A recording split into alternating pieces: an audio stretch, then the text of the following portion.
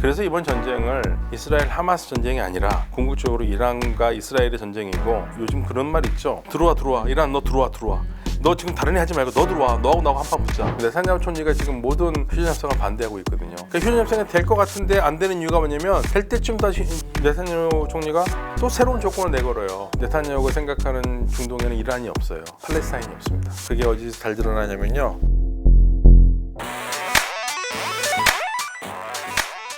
이스라엘의 이런 움직임, 최근 이런 움직임이 저항의 축을 이렇게 좀 차례로 폭격한다, 이런 양상이라고 하는데요. 이 저항의 축이라는 개념이 좀 뭔지 궁금하고, 현재 이스라엘과의 뭐 대치 현황을 조금 더 구체적으로 풀어주시죠. 저항의 축은 이제 이란이 많이 쓰는 말인데요. 그러니까 이란이 이스라엘의 압박을 받고 있는 팔레스타인 사람들의 해방을 하기 위해서, 이란과 이스라엘은 거리가 2,000km 떨어져 있으니까 주변에 있는 친이란 세력을 구성을 해서, 근데 구성을 한다고 해서 다 되는 건 아니고 이들이 똑같은 목적을 가지고 있는 거죠. 팔레스타인 해방. 이 세력들을 저항의 축이라고 그래요. 그러면 이란에서 시작해가지고 이란 바로 옆에 있는 이라크의 이슬람 저항군, 그다음에 시리아에 있는 친이란 시아 민병대, 그리고 레바논 남부에 있는 헤즈볼라, 예멘에 있는 후티 반군, 가자 지역의 하마스, 요르단강 서안 지역의 이슬람 지하드, 이렇게 하면 총 7개의 전선이 생긴 거죠. 이게 이제 저항의 축입니다. 이스라엘을 사이에 두고 뺑 둘러서 포위하고 있는 형태죠. 그거를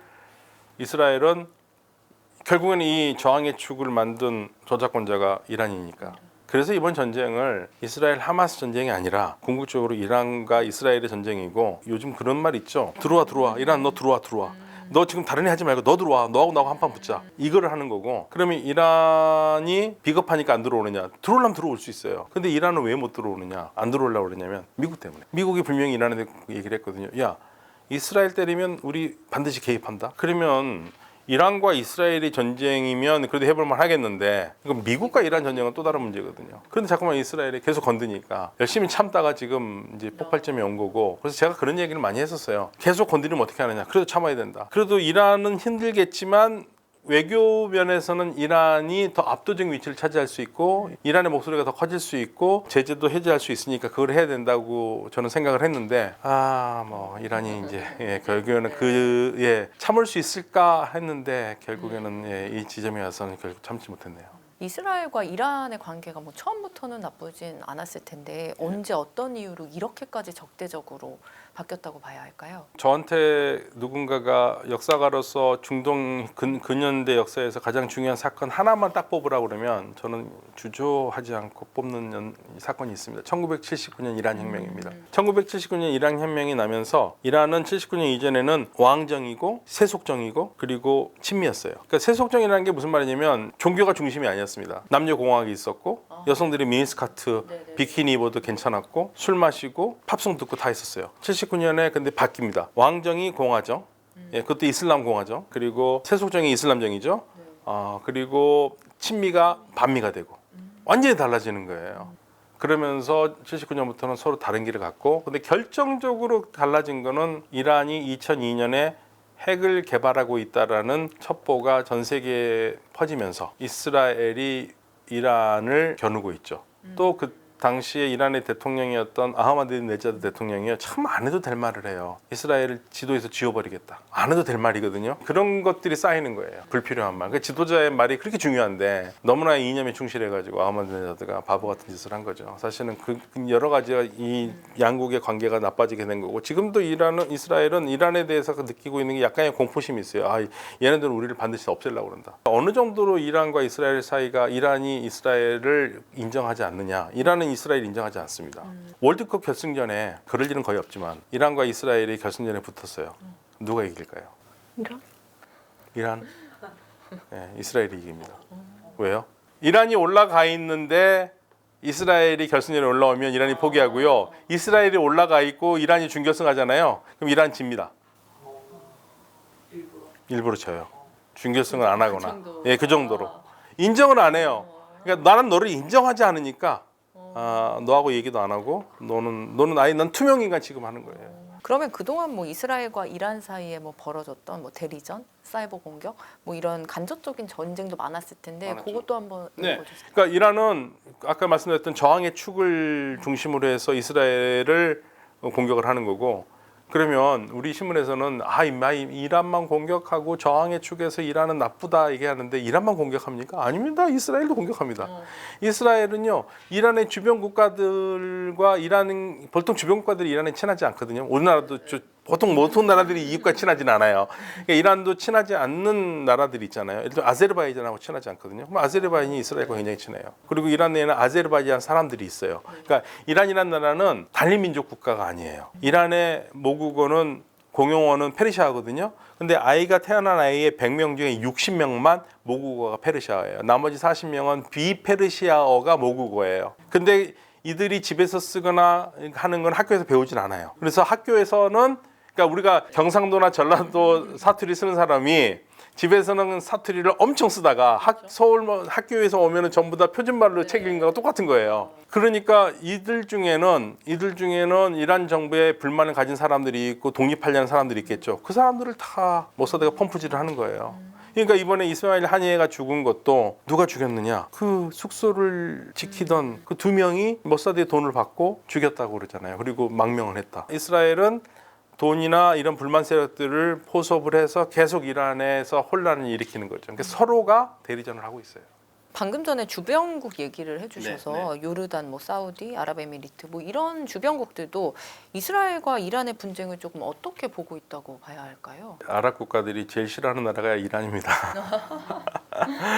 그러니까 싫다기보다도 제일 두려워하는 나라죠. 워낙 크니까 워낙 큰 나라고 이 나라들은 사실 아랍 국가들 있잖아요. 사우디아라비아 비롯해서 이 나라들은 2016년부터 2023년까지 2023년 전까지 이란의 정권 교체를 해보려고 굉장히 노력을 했어요. 근데 그거 안 된다는 걸 알았고 그게 무모하다는 걸 알고 그래서 2023년부터는 포용 정책으로 갑니다.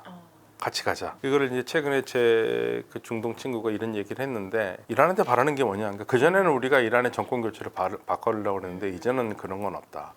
그건 불가능하다는 거 알고 그래서 중동 아랍 국가들이 이란의 정권 교체 원하지 않는다. 그럼 뭐를 원하는데 같이 이웃으로서 좀 제대로 살아보자. 그러니까 정상 국가가 되길 바란다. 그러면서 이런 표현을 해요. 고속도로를 같이 차가 가잖아요. 그러면 모두가 신호를 지키면 잘 가면 되잖아요. 근데 그동안은 이란은 갑자기 끼어들었다. 갑자기 끼어들고 막 저쪽으로 가고 막 왔고 그러니까 주변 국가들이 불안해가지고 그러지 말고 이제는 똑같이 신호 지키고 가자. 정상 국가로 같이 가자. 이게 이제 아랍 국가들이 가지고 있는 생각이에요. 그럼 이스라엘에 대해서 어떻게 생각하느냐? 이스라엘도 마찬가지예요. 네탄야후는 좋아하지 않아요. 그렇지만 네탄야후와 이스라엘 구분해서 이스라엘과도 경제 협력을 해야 되니까 그러니까 네탄야후는 싫지만 이스라엘을 버릴 수는 없다. 그래서 경제로 같이 묶어서 가자. 이게 지금 아랍 국가들이 가지고 있는 생각이에요. 네탄야후가 있고 이스라엘이 저럴수록 관계 정상화가 시간은 더 걸리겠지만 그렇다고 해서 관계 정상화는 끊지는 않겠다. 아까 이란의 핵 개발 때문에 이스라엘과 조금 더 멀어지게 됐다, 갈등이 더욱 깊어졌다 얘기해 주셨는데 이 핵 관련 상황도 한번 짚어주시자면. 사실 이란의 핵 개발은 79년 이전부터 미국의 도움으로 시작했어요. 팔레비. 그러니까 기준은 뭐냐? 미국의 기준은 친미국 가면 오케이, 반미는 안 되는 거죠. 그래서 미국은 이란의 핵 개발을 막으려고 많이 노력을 해왔고요. 그런데 이제 2002년에 전 세계가 깜짝 놀라게 이란이 핵시설을 하고 있다는 게 알려지면서 이제 국제사회 제재가 들어가기 시작했는데 이란은 계속적으로 그런 얘기합니다. 우리는 핵무기를 만들 생각 없다. 우리는 전력이 필요하고 그래서 우리는 평화적인 핵이 개발을 하려고 그런다. 무기 만드는 게 아니다. 그러는데 주요 국가들은 이란이 무슨 말 하든 소용없습니다. 나는 안 믿어. 너는 분명히 만들 거야. 그래서 아랍 국가들로 전부 다 그런 얘기를 하고 있고 이스라엘은 말할 것도 없고요. 근데 아랍 국가들이 최근에 그 모하마드 빈 살만이 그런 얘기했습니다. 이란이 바보처럼 핵을 만들 거라고 생각하지 않는다. 왜냐하면 핵을 만들면 다른 나라 다 만들 거니까요. 그렇지만 만약에 이란이 핵을 만든다면 우리 사우디도 핵을 가질 수밖에 없다. 그 얘기를 하고 있거든요. 그러면 사실은 이란이 핵을 가지는 의미가 별로 없잖아요. 그런데 그러면 이란이 핵을 지금 어느 정도 하고 있느냐? 마치 언론 이런 데에서는 이란이 핵무기를 바로 가질 수 있다고 생각하는데 지금 얘기하는 거는요. 이란이 핵무기를 만들 수 있는 가장 기본적인 원재료에 도달할 가능성이 굉장히 커졌다는 거예요. 아직 확보 못했습니다. 물론 지금 금방 확보할 수 있다고 얘기를 하지만 아무튼 공식적으로나 지금까지 IAEA가 계속 수사를 하고 있었기 때문에 아직 핵물질을 확보하지 못했어요. 핵물질을 확보하면 어떻게 되느냐? 거기서 핵폭탄을 만드는데 시간이 또 걸려요. 그래서 이란의 핵 무장은 미래의 얘기죠. 아직 가까운 얘기는 아닙니다. 그리고 이란이 핵을 만들 때 핵을 만약에 개발을 할 경우에 받을 차장이 너무 크기 때문에 아마도 재협상을 하고 그 전에 JCPOA 협상에서 문제되는 것은 우라늄 농축을 20%까지만 한다는 거예요. 20%면 무기급은 아니거든요. 20% 넘어가면 이제 무기 60, 70, 80 그러면 이제 무기급이 되니까 그거를 못하도록 하는 걸로 아마 할 것 같은데 또 이렇게 말했는데 또 이란이 갑자기 할 수도 있겠지만요. 예, 그러나 현재 상황으로서는 이란은 그렇게 가지는 않고 있습니다. 그리고 투명해요. IAEA가 계속 사찰하고 있어요. 이란과 이스라엘의 이런 군사적 대립이 시리아 내전 같은 다른 중동 분쟁에 또 미치는 영향은 어떻다고 봐야 할까요? 일단 뭐 이스라엘은 시리아 분쟁에 뛰어들지 않았기 때문에 변수는 아닌데요. 지금 이제 그 중동 지역에서 가장 큰 이슈는 뭐 이란, 이스라엘도 있지만 팔레스타인 문제 결국 해결이 돼야 되거든요. 팔레스타인 두 국가 해법이 과연 가능할 것인가? 결국엔 이제 두 국 근데 네탄야후 총리도 그렇고 이스라엘은 지금 어떤 총리가 들어온다 하더라도 팔레스타인 국가라는 말의 국자 당권인 겁니다. 일종의 근기어예요. 지금 현재 이스라엘에서는. 그러면 팔레스타인 국가를 만들지 않을 것인가? 말은 하지 않지만 사우디를 통해서 사우디가 컨트롤할 수 있는 팔레스타인 국가를 만드는 거에 대해서는 지지를 하는 것 같아요. 결국은 그 방향이 될 거고요. 그런데 이제 가장 큰 문제는 뭐냐면 우리가 국가를 하면은요 군대가 있어야 되잖아요. 그럼 이스라엘이 팔레스타인 국가에 군대가 있는 거를 좋아할까요?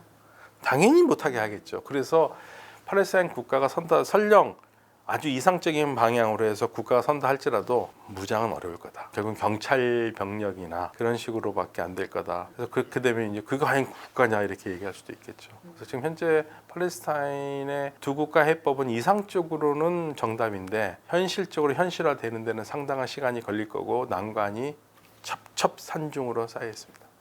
이스라엘 총리 네타냐후가 좀 물러나거나 좀 그렇게 되면 분쟁 양상이 현재와 좀 다르게 흘러갈 수 있을까요? 근데 네타냐후 총리가 물러서면은 아무래도 지금보다는 더 나았죠. 왜냐하면 네타냐후 총리가 지금 모든 휴전 협상을 반대하고 있거든요. 그러니까 휴전 협상이 될 것 같은데 안 되는 이유가 뭐냐면 될 때쯤 다시 네타냐후 총리가 또 새로운 조건을 내걸어요. 그래서 이제 미국도 화가 난 거고, 오늘 아랍 국가들 전부 다 공통적인 생각이 네타냐후는 휴전에 관심이 없다. 뭐가 관심 있느냐? 새로운 중동 지도를 긋고 싶다 이거죠. 네타냐후가 생각하는 중동에는 이란이 없어요. 팔레스타인이 없습니다. 그게 어디서 잘 드러나냐면요. 이번에 유엔 연설에서 지도를 두 개를 보여줬죠.